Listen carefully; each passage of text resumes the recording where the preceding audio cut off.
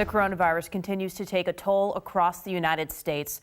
More than 53,000 Americans have died in the last 2.5 months. There are more than 930,000 confirmed cases in this country.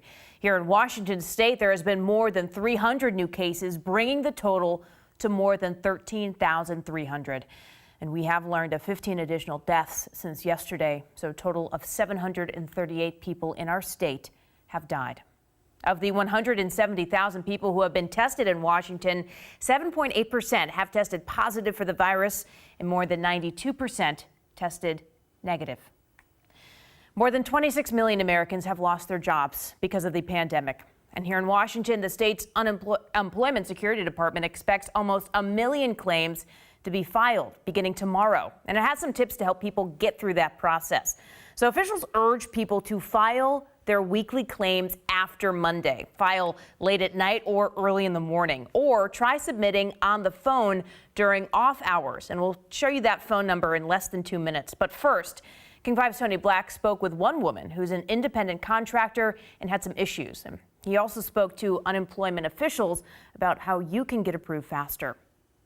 It asked me a question about standby. I've never had to do unemployment. Delilah Sterling works as a hairdresser at Central Salon in Kent.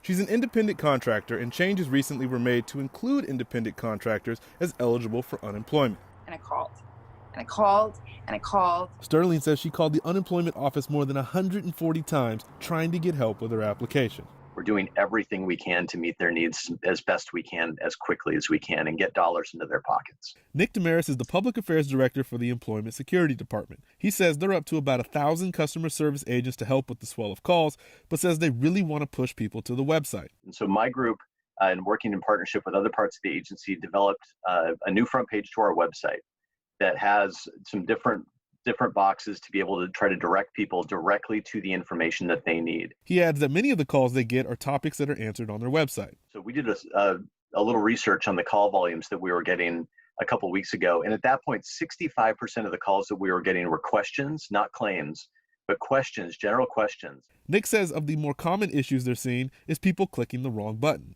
And now there needs to be fact-finding, some degree of follow-up that needs to happen with them. And because of the volumes that we're talking about, that just takes a lot of time right now. When I push the button... Sterling did ultimately get her situation resolved, but she knows the stress others are having trying to get through. Read everything slowly 2 times and ask your friends that have done it questions, because that's what helped me. We're in this together. And Nick says he recognizes that frustration many have had for weeks, but they are committed to getting you your money. So if I ask you, if someone right now applies for unemployment, will they get it? What's your answer? If they're qualified, they're going to get it. Tony Black, King 5 News.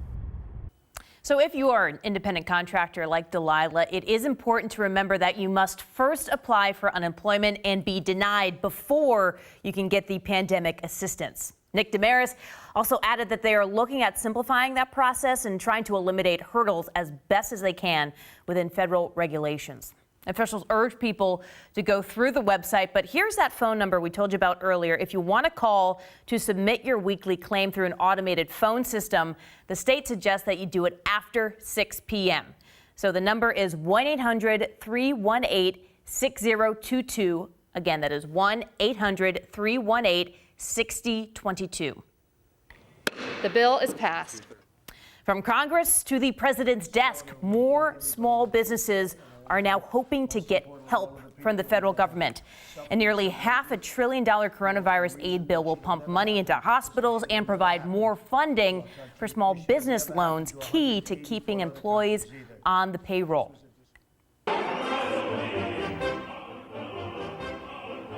This week, Seattle Opera found out that their application was approved under the Paycheck Protection Program.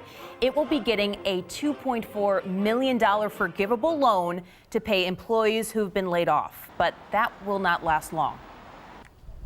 PPP plan covers 8 weeks and not more, and so I do urge and did mention to people, please, to plan their finances really wisely. Pay cuts and layoffs affected about 180 opera jobs. That includes the orchestra, chorus, stagehands, the crew, and others who work behind the scenes.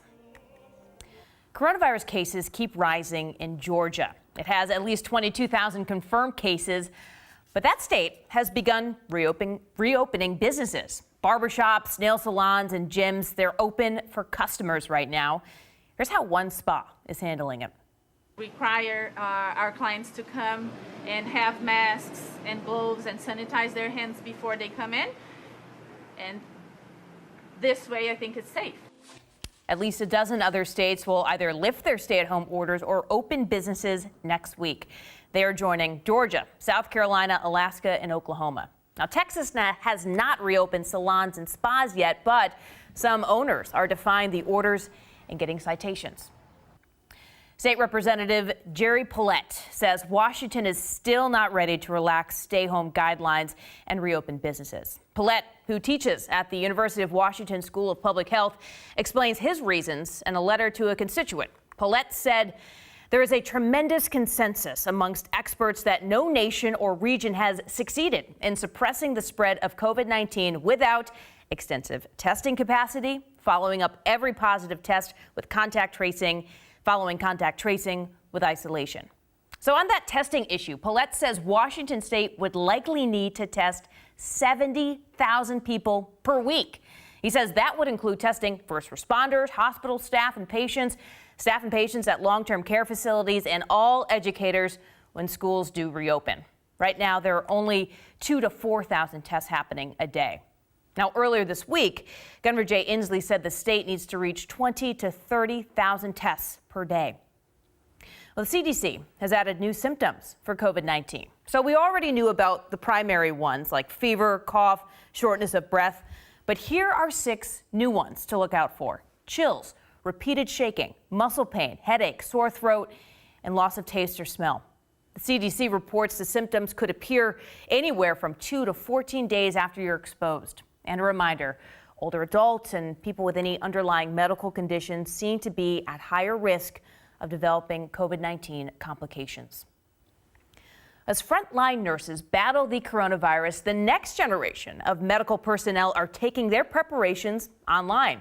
You know, schools in our state have turned to online learning, and that's no different for our nursing students. King 5 Sebastian Robertson shows us a student and a professor who say they are preparing to join the fight. Here's our patient's chest. April Ambolina's Seattle apartment has turned into a teaching lab. The Bellevue College nursing instructor moved her classes online shortly after the coronavirus began making headlines just one town over.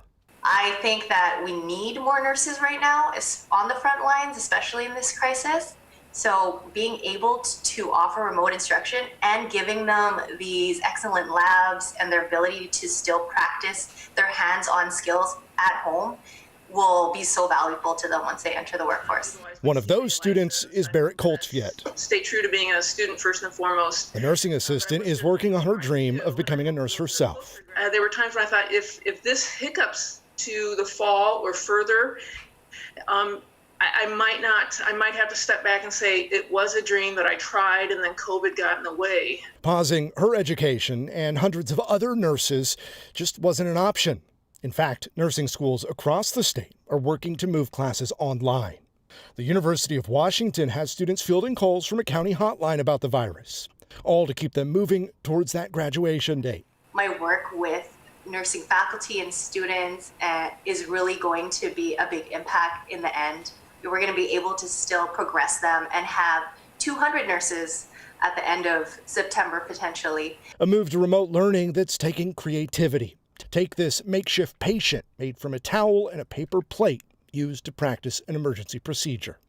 The train seems to be chugging along, maybe on a different track, but chugging nonetheless. A train that will very soon take Coltvien and her fellow students to the front lines of our healthcare system. In Seattle, Sebastian Robertson, King 5 News.